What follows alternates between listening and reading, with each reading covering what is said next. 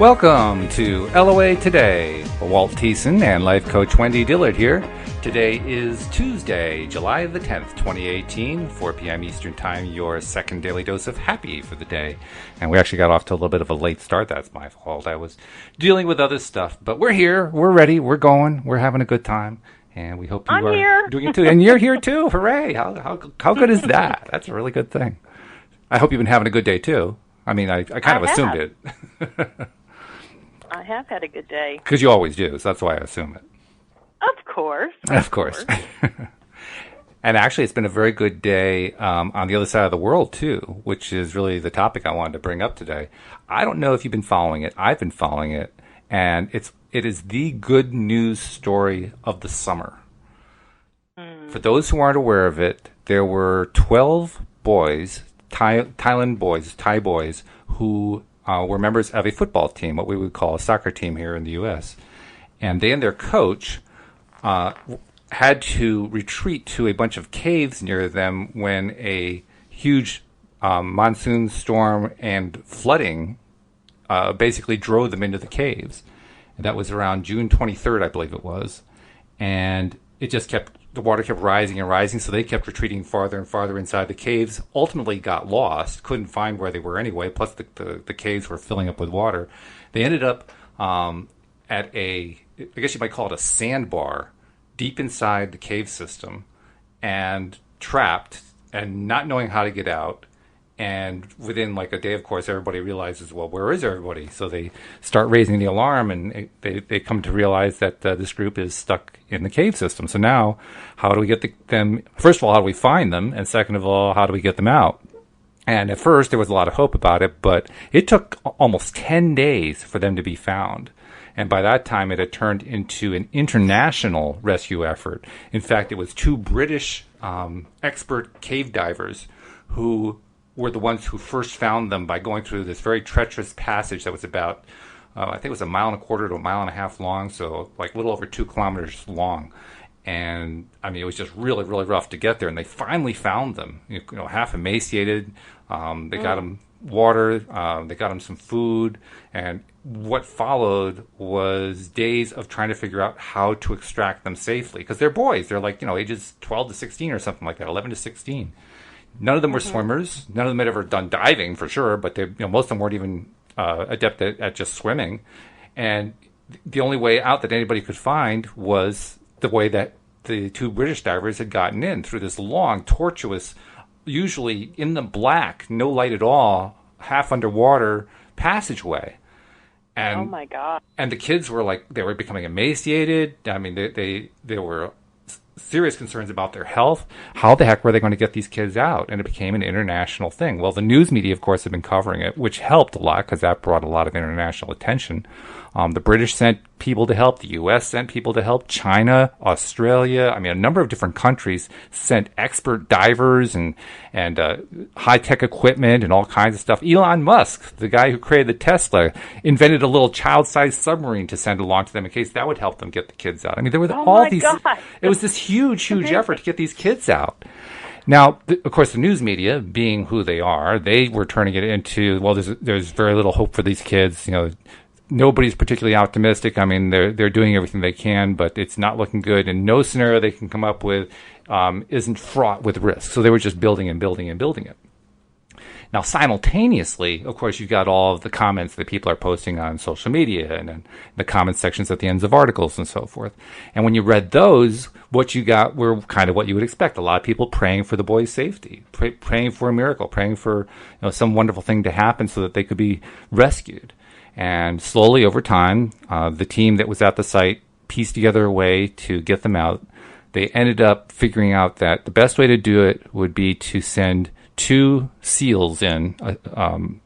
The SEALs they were using was Navy SEALs. These were ex-Navy in Thailand, so these are Thai SEALs. But there were also SEALs from other countries who were there too. There was well over 100 people who were part of this rescue effort.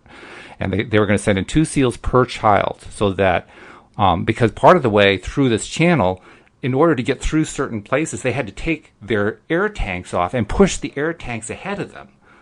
So now they had to do that not only for themselves, but also for the child that they were pulling through. So, I mean, it was a really complex operation. Some of the SEALs were commenting this was the most difficult, complex extraction they had ever heard of.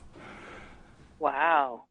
And over the weekend, the biggest threat was that the monsoon rains were going to come and flood the caves, and it's monsoon season. Well, the rains had been holding off, but the forecast was that they were going to start coming in earnest this week.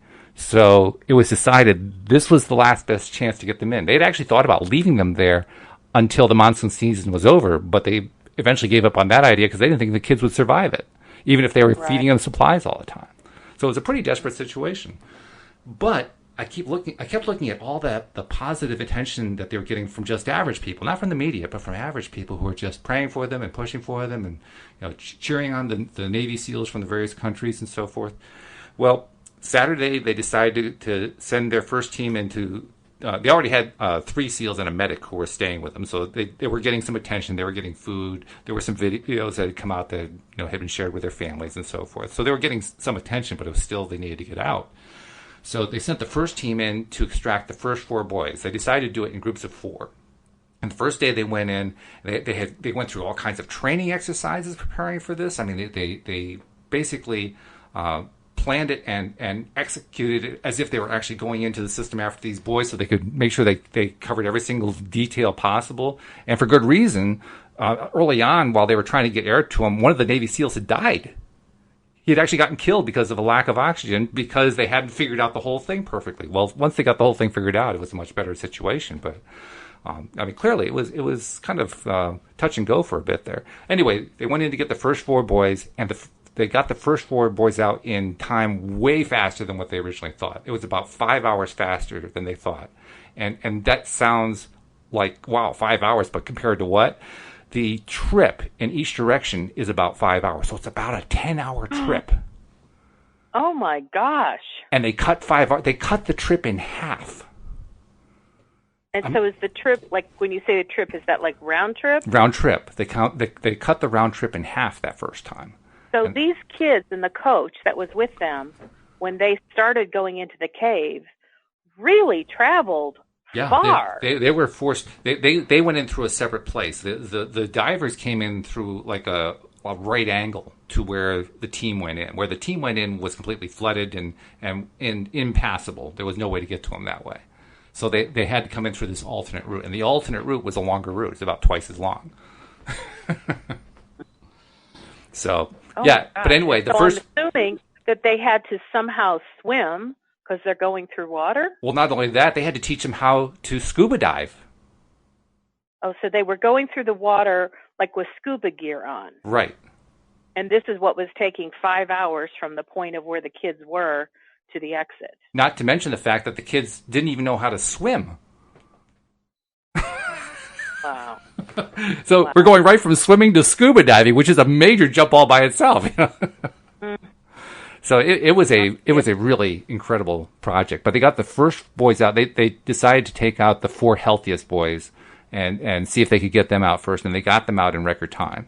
So the next day, Sunday, they said, okay, well, we're going to go for the second group. And they went for the second group of healthiest boys.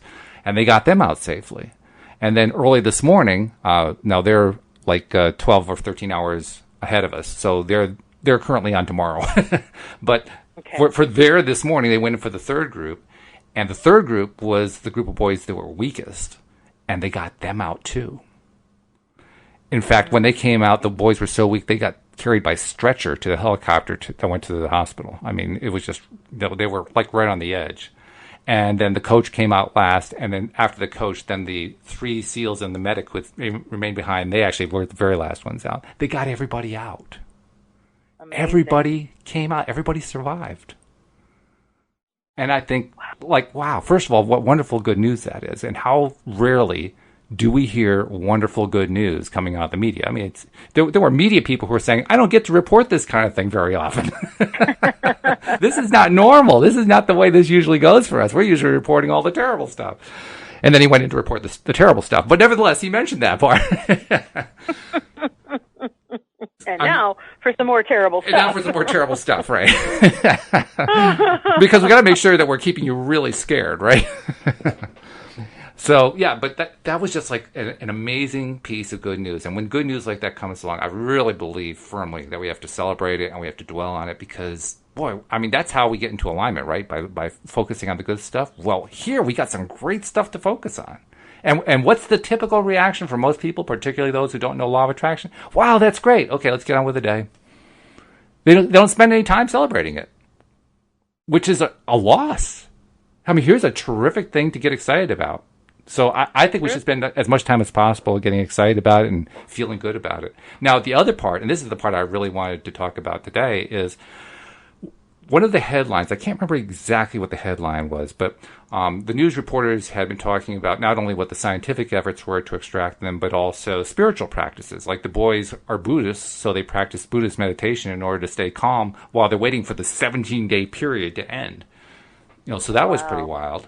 And there were also there were like Buddhist monks who had led special prayers to open the mouth of the cave to help the kids escape and so forth, and a number of other modalities at work here.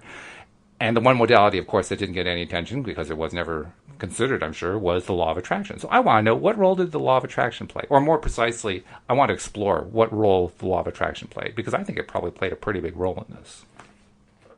Well, are you wanting to start from the beginning, like how they got in there, or are you wanting to start at the end and go backwards? We can go either direction. I mean, okay. Well, which way do you want to go? Obviously, well, this was a story that you have followed. Okay. My only knowledge of it really was the few times you've mentioned it on the podcast, and then you sent me a link today, which I read through, but it really didn't have a whole lot of juiciness to it. It was just kind of a dry read. So I'm curious as to what do you see in terms of law of attraction? What's your first take on it? Well, I think the most obvious example of how law of attraction was involved was in the public reaction overall to the scenario, to the event that was going on. Because first of all, you have the media reaction, but second of all, you have the public reaction. And the media reaction was predictably negative. The public reaction, if we were to analyze it from, say, the point of view of Abraham's Astonishing Power of Emotions book, we would describe most of the comments left by the public as being downstream comments.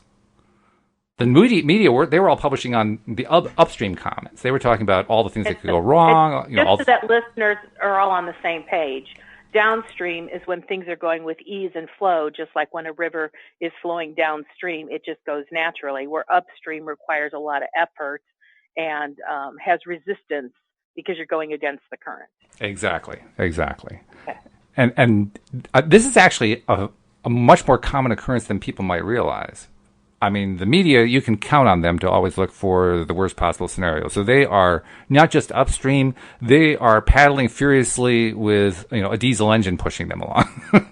That's how hard they're going upstream at all times. But there are not all stories, I would say probably the majority don't fall in this category, but there are a minority of stories where you look at what public comments are, and there's more downstream than upstream. There's more positive than negative. There's more hope than hopelessness, which is interesting. And it's actually, for me, very hopeful. It tells me that despite the negative impact that the media have on people, there are a lot of people who, even if they don't know anything about the law of attraction, they're still putting themselves into a better feeling place, probably out of habit, probably because they're just, the people who do that are probably more positively oriented anyway. So I think that's really what happens with them. But particularly with this story, there were a whole lot of them. A whole lot of people publishing a whole lot of very positive, hopeful, prayerful, expectant comments, saying essentially they were trying to come up with their own ideas about how to extract the boys, how to get them food. I mean, all these ideas were popping forth from people, and they were all predominantly in the downstream mode. And we have seen over the years many crisis-type situations that absolutely draw the best out of people. I truly believe that people, all people, desire well-being, even if they don't know it, because all individuals are connected to an inner being, the non-physical part of themselves, and the non-physical part of all of us knows that well-being is the law of the land. True. And so I believe that this taps into the sense of well-being that we all innately connect to on some level. And it brings out our hopefulness. It brings out our best. It brings out the desire for compassion. It brings out the, what can I do to help? I mean, the man who, the Navy SEAL that died in the process of this, that's one of the things that stood out to me, is that he gave his life so that others may live. Right. And I don't call that a sacrifice. I call that a choice. And I do, I'm on the same page with Abraham that all death is choice. All death, they even go so far as to say suicide to make a point. But that man, I truly believe, knew that he was going in to make a difference, and this would be his last effort on this planet, in this lifetime. Mm-hmm. And it's like that truly is coming from a state of well-being, not even fearing for his own life, but going in and doing what he felt was the right thing to do. And I love knowing that crisis brings the best out of people. I don't love that we have crisis, but I do know that crisis brings the best out in all of us. And I'm sure that if he were still alive and being interviewed, he'd agree with you. He'd say, yeah, absolutely. I went in there because it was more important to me to save their lives than it was for me to keep my own. I'm sure he would say that. Mm-hmm. I mean, we saw the best of people during 9/11, the best of people coming out during Hurricane Katrina, the best of people. I don't remember the name of the tsunami that happened overseas, but it's like, and then the hurricanes that happened last year in Texas and in Cuba. It's like truly the best of people shows up, and I almost wonder if when people come to that point of like crisis situation, it's like now it's a matter of survival. For some, it's survival, and for some, it's just this huge sense of what can I do to make a difference. It's like resistance just falls away. I mean, the firefighters that go off and fight every single day wildfires in our country because it's the drought season. Right. Every day they're facing potential fear, but they're doing what they do, and I don't believe they walk into it with resistance. If they did, they would probably all come out dead or not come out at all. Right, exactly.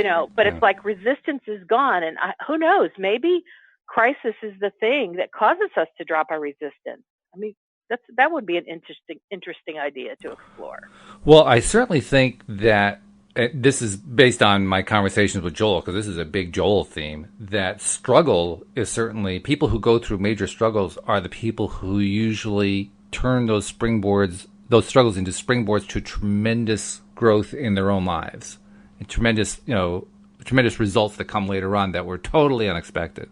And it's because they went through difficult struggles earlier on. So I think there's definitely that part of it. And I think you're right. I think there is less resistance. I mean, I don't think that any of the people really think, I'm going to lower my resistance. I don't think that's what's going on. But nevertheless, there's something about, dealing with an imminent emergency, an imminent danger that leads people to do their best in a way that they don't necessarily do the rest of the day or the rest of their lives. Yeah. But for that one period of time, boom, they're in their best mode. And I remember, I don't remember if it was 9/11 or Katrina, but one of the disasters, where people meaning media, they were conversing, and not a negative, not a positive. They were just in conversation. How because they're on the air for hours and hours, and they just got to fill the airtime. So it's like they're conversing, and they were talking about. This is what I remember: how people were so rallying in a positive way to bring about really incredible results. And they were commenting on how wonderful it was that this happened. And then simultaneously saying, and I wonder how long this will last. And I didn't see that as like a negative comment. I saw that as a pretty like natural comment. Like, people are going to show their best today, but eventually the major crisis part will have come to an end. And when it comes to rebuilding the city, rebuilding the lives, rebuilding. And then people go back into, well, now I have to go back to my job, and now I have to go back into every day. And now the petty little things all of a sudden become, like the big deal of the day, when just a week ago, people's lives were hanging by a thread, and now somebody is stuck in traffic and they're complaining. Yeah. And it is an interesting dichotomy. It is. Of like what we consider life and death versus, it's a traffic light. But sometimes we treat a traffic light like our life is hanging in the balance. That is true also. Yeah. And I truly believe it's all a choice. It is. We're not always conscious of the choice, and we're not always having the choice, in front of us where we go, oh, I have a choice. I can either be upset or I can be happy. It's kind of like an autopilot thing that we just do. And it's not until we become really aware that we do have choice that we actually start to use our choice. I also think that one of the really cool and interesting pieces of information that comes out of a story like this is the realization of how our individual perspectives shift. They shift with circumstances. And most of the time we don't notice it. But clearly the perspectives of the rescue team, their perspective changed dramatically as a result of this. I mean, one day they were living their lives. The next day, all of a sudden, boom, they're on this site trying to figure out how to extract 12 boys and their coach from deep inside a cavern system. Mm-hmm. I mean, when you go into a situation like that, it's got to change your perspective. You just see things differently. You just experience things differently. How many people who are rescuers talk later about how they didn't think? It wasn't like there was a thought. There was just one thing, and they just knew that's where they had to go. And I guarantee you that's not the way they lived their lives. That's what they did during the emergency. But that's not how they live their lives day to day. It's not like, oh, I got to have that donut. I got to have this. I got to have that. That's not what they're doing. But when the emergency hits, bang, I got to go. I just got to go do this. Yeah, big events like this have such a huge impact on those that are intricately involved. It can't not change a life. Yeah, that's true. I've never been in this kind of a life or death situation, but to me, a big event that happened to me was when I was in Russia in 1993. I was there with a theatrical group. Mm-hmm. We were there for 4.5 weeks. And this was right after Perestroika, which is when Russia went from the Soviet Union communism to Russia, which was now more of a democracy. It just wasn't communist anymore. Right. But the people I was there 3 years after that big change in their government happened. Mm-hmm. And I got to witness, because for 4.5 weeks, I was there amongst people. And I had an interpreter who was with me. And so she was Russian. And she was with me quite often. So I got to really get to know her. And she talked about her family and about their government and what things were like. And I'll tell you, that trip changed my life. I'm sure. Because I saw firsthand how people lived that weren't Americans. Right. And I took for granted the freedoms that I have as an American in a way that, so here's the story. So the interpreter, she was an only child, and her parents both worked for the government. And so part of that meant that they were kind of in a good position because they had a steady stream of funds, but it was meager funds. Right. And they had to live by very stringent rules. And so it's kind of like if her father or mother did anything that was out of line, they could be thrown in prison forever. And so they lived very rigid lives, and they lived in fear. And as I heard her, I could just feel the bleakness of the life that she must have lived. And she said that her parents' goal, their entire goal in life, everything they worked for, was to get her educated so she could leave Russia. That was their entire goal. Yeah. And I said, well, what's the plan for you to leave? She said, well, I'm an interpreter. And she said, now I'm learning Swedish.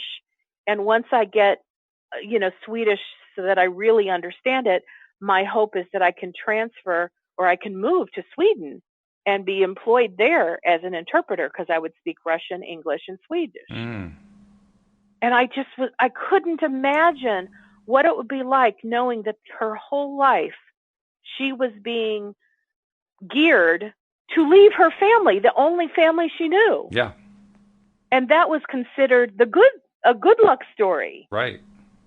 And when I came home, I mean, I literally, and I did it on purpose, I literally kissed the floor of the DFW airport when I got on the other side of customs as a symbol of my gratefulness to be here in America. Mm. And I don't take my freedom lightly. It changed me forever. And even when I hear, because you and I have talked a little teeny bit about politics, because I know that was a major thing for you, and how I've talked about I really don't get involved in politics. Mm-hmm. Part of that is because I so loved my freedom, and I just adore it, that I don't want to get in the muck and the mire and persuaded by other people that don't understand freedom the way I do. Mm-hmm. Sure. You know, and so I stay on the side of, you know what, I'm not going to get myself overly involved, and I'm going to come from a position of pure positive energy that I know well-being is the law of the land and freedom is ours in America. Mm. And I believe it will continue to be ours, at least through my lifetime. Mm-hmm. You know, but it's like that to me, going to Russia was a life event that changed my life. So you were actually in Russia about 6 years after Billy Joel was. Did you ever see that video? No. Billy Joel made a video, or had somebody make a video, while he made his historic trip doing a concert series in Russia in 1987, just before the wall came down. The wall came down 2 or 3 years later. And he was invited by Gorbachev, because that was the only way he could ever get in. They weren't going to let him in otherwise. But he was invited to do this tour because Gorbachev recognized, first of all, Gorbachev loved rock and roll, which was really helpful. And second of all, Gorbachev recognized the winds of change, and he knew that if his country was going to survive, it had to change. It had to transition to the system that Boris Yeltsin ultimately, led the way on. But it was Gorbachev who pre-paved it, and did so pretty much fighting the hardliners every step of the way. Well, anyway, long story short, he got Billy Joel in there, and they made this video of what happened during that trip. I think the video is called A Matter of Trust. Really good one. I thoroughly recommend that you see it sometime. But they talked about a number of the things that you were talking about there, about the fear, about how, like for instance, when they did their first concert, the first concert that they did was actually not a concert, not by design, by them anyway.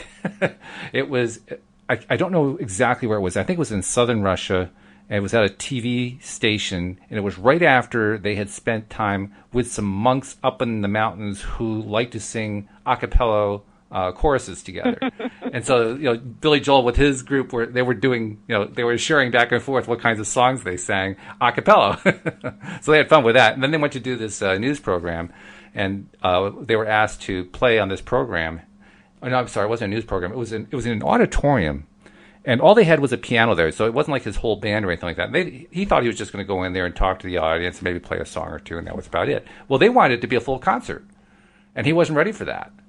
So basically, you had this audience largely full of kids who were so eager to hear this American artist. They didn't even know who he was. Most people in Russia had no idea who Billy Joel was. But they'd heard that he was the big American rock star, and they really wanted to hear him play. And he actually ripped up his voice because he didn't have the proper audio system to play into. Well, then he had to go do the real first concert, and the real first concert was in front of all of the elite of the Communist Party, who were against what he was doing.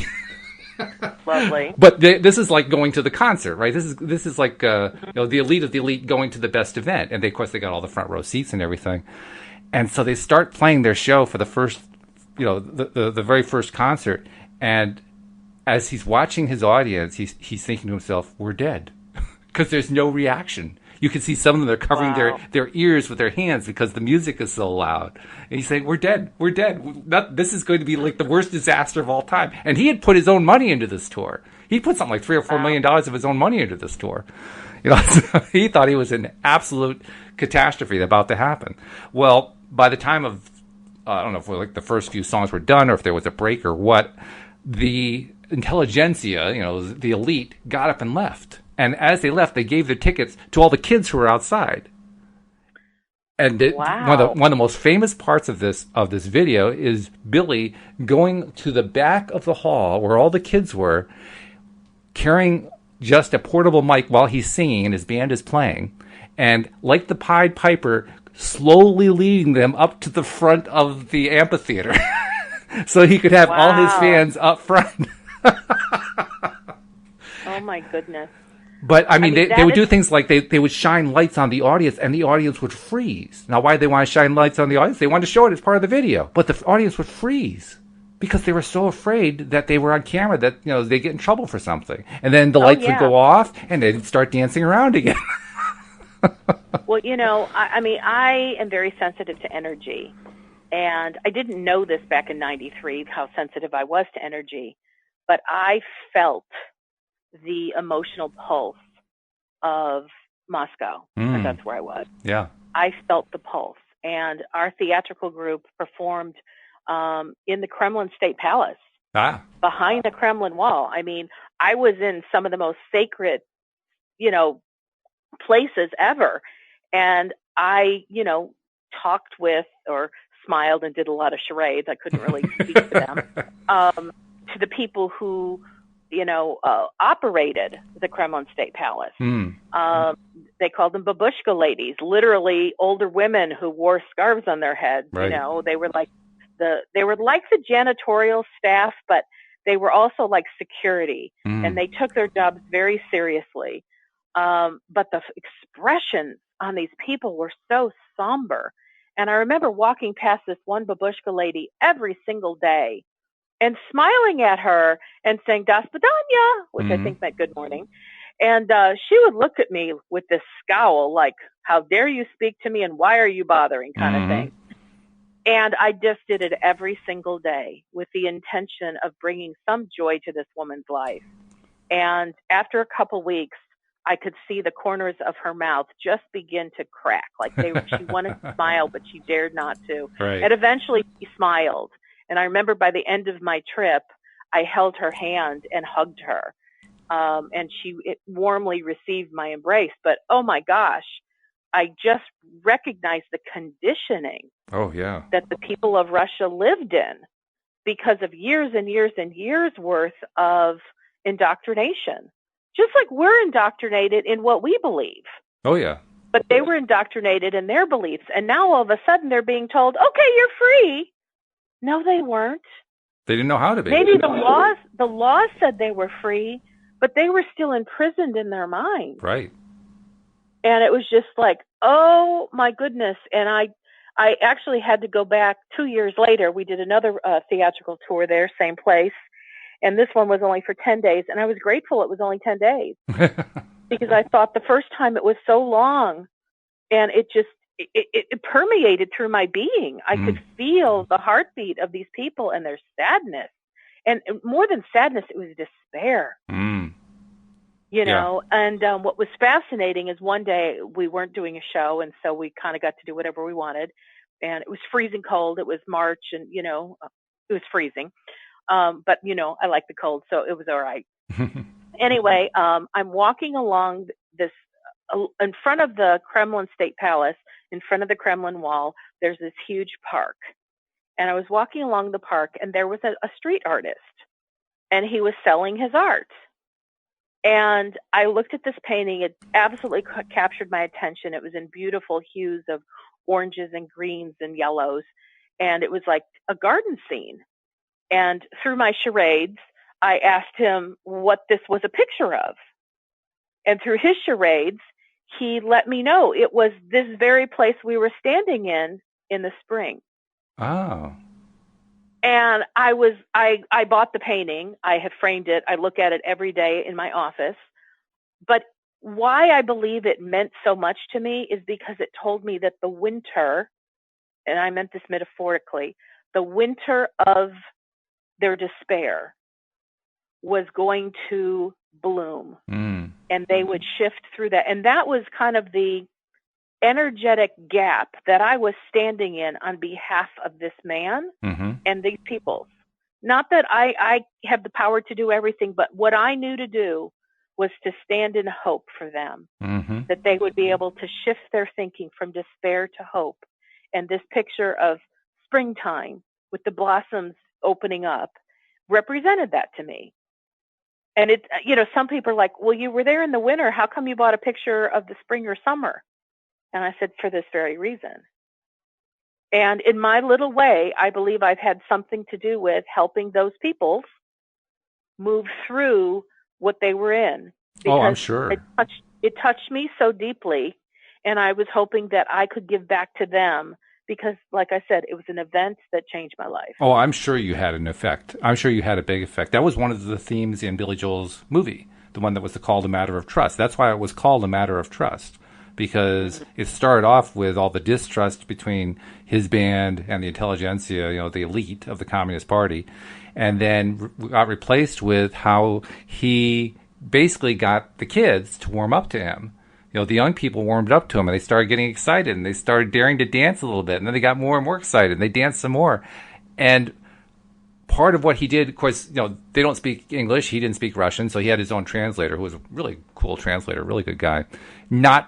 He refused to accept the one that the Soviet government gave him. He got one that was like an alternate translator. And the way he described it is this guy lived a really rough existence because if you're not official, trying to survive is really difficult, even for a translator. But had this great translator. And there's one scene where he's talking to the audience, and he's basically explaining what the next song's all about. And the song is his song, A Matter of Trust. And he's describing the song. He's explaining what the song is about. And you could just see the audience. They weren't moving, but it was as if their attention was moving closer and closer. They were so enthralled by what he was saying. And as the translator who was interviewed after the fact explained, the reason it worked so well is that Billy wasn't pulling the wool over their eyes. He was just telling them the way things were, the way it was. His honesty was incredible. And in fact, he also did the song Honesty. And honesty, of course, had a whole new meaning there because now they're getting honest communication going on. So by the end of this concert tour, I mean, they had like reams of friends, huge numbers of friends that they didn't even know that they'd had before, just because of all these connections that he made. And in fact, the person that they focused on, a Russian who was a member of the Moscow Circus, who they had run into early on because they wanted to give their daughter something to do. Her daughter was like, 3 or 4 years old at the time, something like that. And ultimately, she's the one, by the way, when she grew up, she's the one who actually finished putting the film together, interestingly enough. Wow. But she was very young at the time, and they wanted to give her something to do. So they took her to the Moscow Circus while the circus was doing their rehearsals. And so the performers, they brought around a small pony, and they let her ride on the pony, and she was so excited. There's all this kind of stuff going on like that. Well, in the course of that, Billy and his wife, of course, we all know who his wife at the time was. She's a pretty famous person herself. The two of them were talking with these twins who were clowns in the circus. And one of them, his name was Victor, he and Billy created this tremendous connection between the two of them. So that by the time Billy had to leave, I mean, they were practically in tears that they were never going to see each other again. In fact, the song that Billy Joel wrote called Leningrad is about this guy. Mm. And this guy, when he got to all the concerts, which is really remarkable by itself. Because as you know, it wasn't easy to get around. It was much harder to get around before the wall came down. It was easier afterward. Before, it was almost impossible to get around from city to city. And yet, this guy managed to follow him to all the concerts, and he was always up front. Yay! Just having a good time. So it just led to this wonderful sub-storyline between him and Billy. And the whole movie was about building trust and how the trust led to an empowerment of the people. It was just amazing. Which really kind of takes us back to the story of the day. Yeah. It really is about trust. I mean, those 13 people, 12 kids and a coach, had to trust, whether they trusted their spiritual beings or whether they trusted humanity. They had to have some kind of trust to pull themselves out. Exactly. Yeah. And their loved ones who are on the other side, not having any idea where they are, they all had to have trust that somehow, some way, they were going to see their loved ones again. Mm-hmm. And it's like, it really, I mean, think about the just extraneous circumstances that they had to go through in order to even pull off the rescue. Every single act that they did was a trust act of, well, we came up with this idea, but will it work? Right. A lot of trust was going on. And, how does the law of attraction fit into this? Well, law of attraction is responding to every feeling that we have. And when there are feelings that are united together with a commonality, the power and the intensification of that broadcast signal becomes huge. Mm-hmm. Oh, yeah. You know, and the more people that were putting aside their differences and putting aside their resistances on, you know, the fight they had with their spouse that morning, because now they had a rescue mission. It's like they became unified in their mission. And that level of unification is a broadcast signal that I believe is so incredibly huge that law of attraction responds to. And I believe that's why we see the incredible rescues that we see, or we see the bonding after a big crisis. There's just things going on that, from a universal perspective, are being amplified because it's not just one individual. Yes. It's countless individuals, all focused in a very similar fashion. And law of attraction has something really powerful to respond to. And the response is always in equal degree to that which the energy is being sent. Which is a very powerful amplification method, as it turns out. Absolutely. Absolutely. In fact, one of the things that I noticed, well, there were two things that I noticed. First, there were historical overtones here that the media kind of ignored. But, you know, you look back, say, 50, 60, 70 years ago, it used to be known as French Indochina. And there was also a tremendous British presence even before that, colonial presences. And who is it who finds this group of boys? 2 British divers. I mean, the symbolism there was just incredible. Because the country that used to be one of the invaders who were trying to colonize Southeast Asia was the country that sent the divers to help save these local boys. That was, I mean, the media missed that one entirely, but I saw that and I said, whoa. I mean, that's just laden with symbolism. And then the other thing that I noticed, and this is more of my personal experience of it. Now, I'm like 90,000 miles away. You know, I have no connection to it at all other than what I'm seeing in the news. And yet, I got to tell you, Wendy, from the moment that I heard about what was going on and I saw what was going on, I had absolutely no doubt at all they were going to get out. None. I mean, I was 100% sure. And if you had asked me how I knew, I would have said, I don't know. I really had no idea how. But, I mean, just deep down, I felt like, yeah, they're going to get out. There's trust. Yeah, real big trust. Now, again, easy to trust. I'm 90,000 miles away. But nevertheless, I don't know what it was. It was a certainty. It was just a certainty inside me, like, yes. And I think part of it was because of all of the positive commentary I was seeing. I knew, because of what we talk about every day, I knew that all that positive commentary was so downstream and so aligning that it had to produce some really, really good results, which it did. It's an amazing story, and I have a feeling that at least for the next couple of days, because that's about all any big event gets, at least for the next couple of days, there'll probably be more stories and more thoughts and insights as to what occurred. Oh, yeah. There was also, there's a kind of a fun, positive little story that goes along with it. And you gotta bear with me here because I have to go look it up. I gotta make sure I get the right word. It's not that. But apparently the rescue team, which is mostly Thais, although there was also a whole bunch of international presence as well, they adopted a little catchphrase used by sailors in the U.S. Navy to describe jubilation.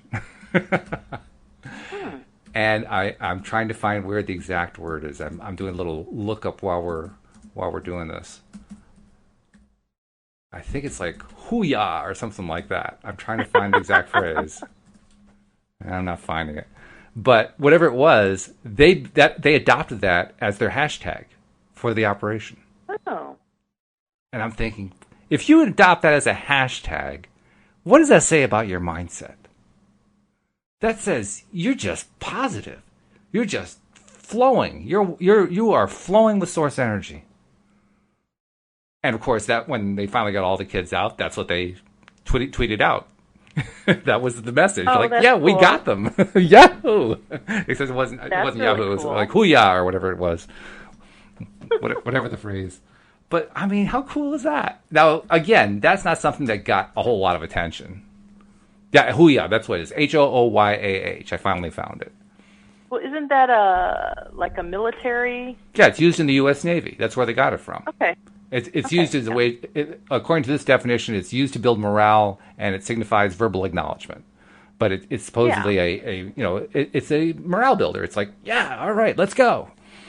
It's like when you have the teams huddling up before the next play, and they slap high five, or everybody puts their hand in the middle. Oh, yeah, let's go, that kind of thing. Hooyah! That will be your new favorite phrase. Hooyah, yeah, it's my favorite phrase of the day. My favorite word. So yeah, I've adopted hooyah. But law of attraction is laced throughout all of this entire event. The whole thing is just laden with law of attraction. It's laden with what happens when predominant mindsets prevail, because that's exactly what happened. And interestingly enough, when it came to the point where they knew that the first 8 were out, and now it was just a question, could they get the last 4 plus the coach? And the last 4 plus the coach came out. The reports are that all of the team were celebrating. They were doing dances. They were jumping up and down and so forth. And the media were separated. They put up like screens to block everybody. But the media caught wind of it when the kids were being wheeled by ambulance to a helipad. So that's when they knew that everybody's out.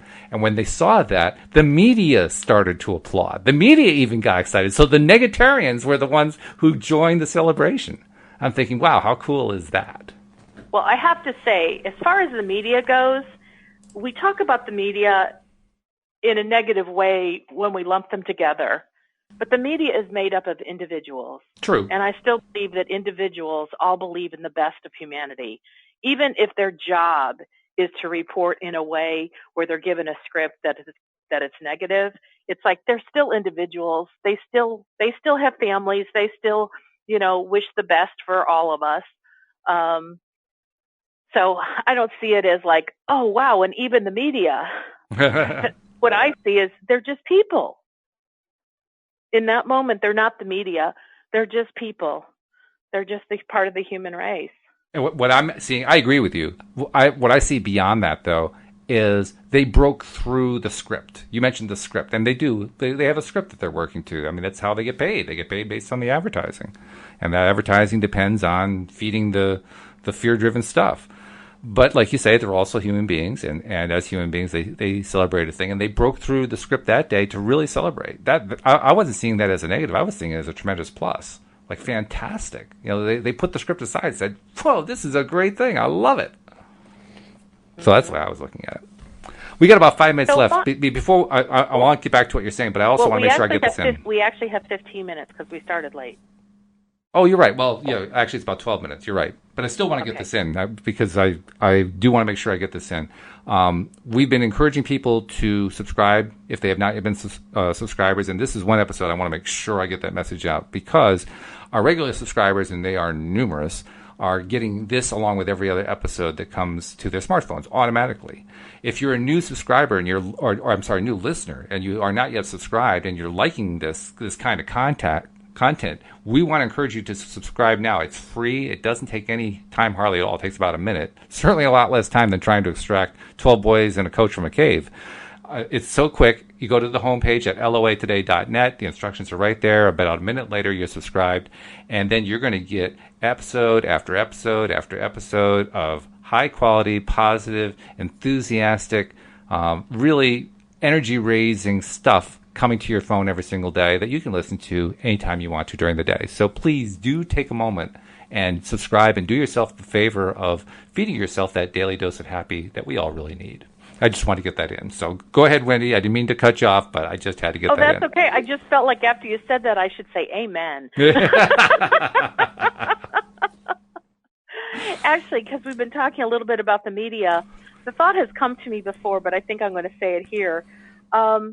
I would like to be a part of shifting the perception of our media to one of they are all individuals that have love at the core, just like you and I do. and that we don't have to look upon the media in a negative way unless we choose to. Okay. And it's really our choice if we demonize them versus just let them be people who have a job.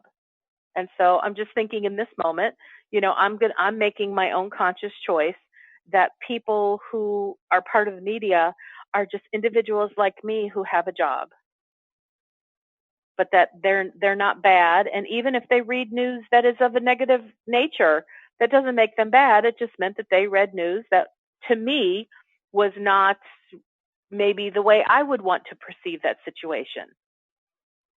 Mm-hmm. Yeah. So I think we could be a part of making a change, and we can do that with choice, because we do have choice as to how we view everything. Well, strictly speaking, you and I are part of the media. I mean, we're doing a podcast that is media. I never thought about it. I mean, we really are. We're part of the media. Now, we're not doing newscasts. Okay. Not generally, anyway. Today we're doing a bit of a newscast, but not normally. Normally we're not doing like, well, here's what happened in the news. But nevertheless, we're still part of the media. Okay. I hadn't thought about that. But I know I'm a human being with positive intent, and so I don't see myself. In other words, when I think of the media, to me, the media is generally demonized. They're usually lumped together in a group of people who are naysayers. And whether I'm part of that or not part of that, I want to make a choice, a deliberate choice, to no longer demonize them and to not set them apart from me, but recognize I am a part of them. And now you made it even more clear, if we're doing a podcast, we are media, but that I am one of them, and I have a positive idea intent. That my intent is a positive idea. Mm-hmm. Backwards. Yeah, it's a good point. And in fact, I would even take it another step by saying any news item, no matter what it is a news item by itself, and it has nothing to do with the messenger who's delivering it. That's really what your point is. It really isn't the message. Yeah. It's the messages themselves are negative. The messenger isn't necessarily negative. The messenger is just the guy carrying the message. And so I think it's a really good idea to separate the messenger from the message in our heads. By the same token, if I see a message I don't like, I'm still not going to like the message. But I think I'm going to keep in mind what you're saying. Yeah, I don't really want to demonize the messenger. It's not like the messenger is, Satan incarnate. I don't really believe that. Well, and I know I was talking about this yesterday about practicing and kind of stretching our ability to find different ways to look at things. I do that sometimes if I'm in if I'm in the dentist's office and they have the TV on and I have nothing else to stare at. I stare at the TV, and even though they have it on mute, I see the little captions. Oh, of course. At the bottom. And so I'm seeing all this news, and sometimes I use that as an opportunity to stretch myself and see how good I am at reframing the meaning that is given to things, because it might say something like, terrorist plot discovered in such and such country, blah, blah, blah. And I look at that and went, okay, terrorist plot has been discovered. Well, what if I don't call it a terrorist plot? What if I just call it a group of people had an idea, an extreme idea? What if I change that to a whole bunch of individuals got together and they were bouncing around some thoughts? They were brainstorming. Now, whether this is true or not doesn't matter, but this is how I take things apart and try to find different ways to look at it. And I need you to expand on that for a moment, because you just made a really important comment. Whether or not it's true is not important. Talk about that. Well, when I'm watching these little news clips running along the bottom of the TV, and I'm using those clips as a way to exercise my ability to reframe concepts and ideas, it doesn't matter whether my ideas are accurate or not in the moment relative to what's actually going across the screen. Mm-hmm. I'm just using it as an exercise. In other words, it would behoove every individual on the planet to learn how to give different meaning to things than what our typical meaning is. And so, in other words, why does it behoove somebody? Why is that a good thing? Because in the world of law of attraction, if you spend the majority of your time focused on negative things because the only way you look at them is, oh, but it's bad, Mm-hmm. then you end up feeling kind of stuck and stagnant in that perception. Oh, yeah. But the way, law of attraction responds is to whatever you're feeling. Well, if you're constantly broadcasting a negative signal because the only way you see certain things is through a negative lens, that's what you keep getting back, more of it.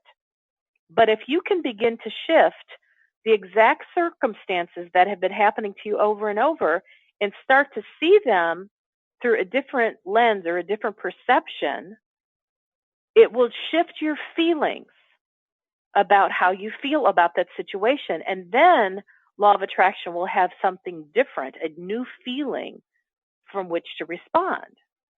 So, like the example I had, I went from, because the news called it a terrorist group, I looked for a new way to look at that, and I said maybe instead of a terrorist group, it's a group of individuals.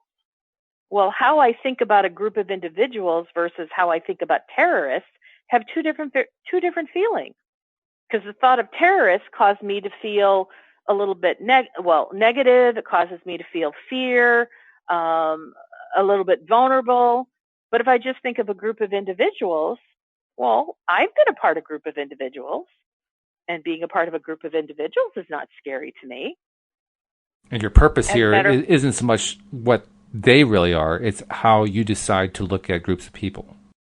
And not even a group of people. It's how do I feel when I begin to shift the wording. Mm-hmm. I'm trying to change the meaning that I'm giving to something. Because when I give something a meaning, I usually there will be an associated feeling. But my point is, you're doing this for you. You're doing this to help you with your perception. Yes, I'm calling it an exercise. Mm-hmm. Right. I'm not trying to change the news. Right. I'm just saying when I am faced with the news, instead of being indoctrinated by it and then going, oh, this feels so bad, I hate the news. Okay, I'm going to use this as an educational exercise. And I'm going to see if I can find just a different way to view this idea. Or this thing that the media is slanting one way, let's see if I can slant it another way. You're kind of doing with the news what I was doing when I was dealing with my knee pain a few weeks back. I was dealing with this chronic pain. It was on my mind, and I was trying to refocus myself away from that onto what I would prefer instead, or at least on something that would feel better instead, trying to change my perspective. I mean, you aren't in pain as you're watching the newscast, but nevertheless, you're dealing with something that we're inundated by, and you're deciding, you know what, I'm not going to let that inundation control my perspective. I'm going to control my perspective, and I'm going to start changing it. Correct. And I mean, I've worked with clients where I'm, like one client in particular, I'm working with her to help her understand how she assesses the meaning for things. Because some of us think that a meaning is absolute, that if it's a terrorist, it's bad. If it's a sunny day, it's good. Those are like absolutes. Those are like the predominant given meaning that the majority of individuals would agree that's what something means. Well, you could say the word heart attack to me and say, Wendy, does it have a positive connotation or negative? And I might be thinking about my previous business partner, Steve, and I'll say positive. Really? Why would you think a heart attack is positive? Because that heart attack changed his life. Uh-huh.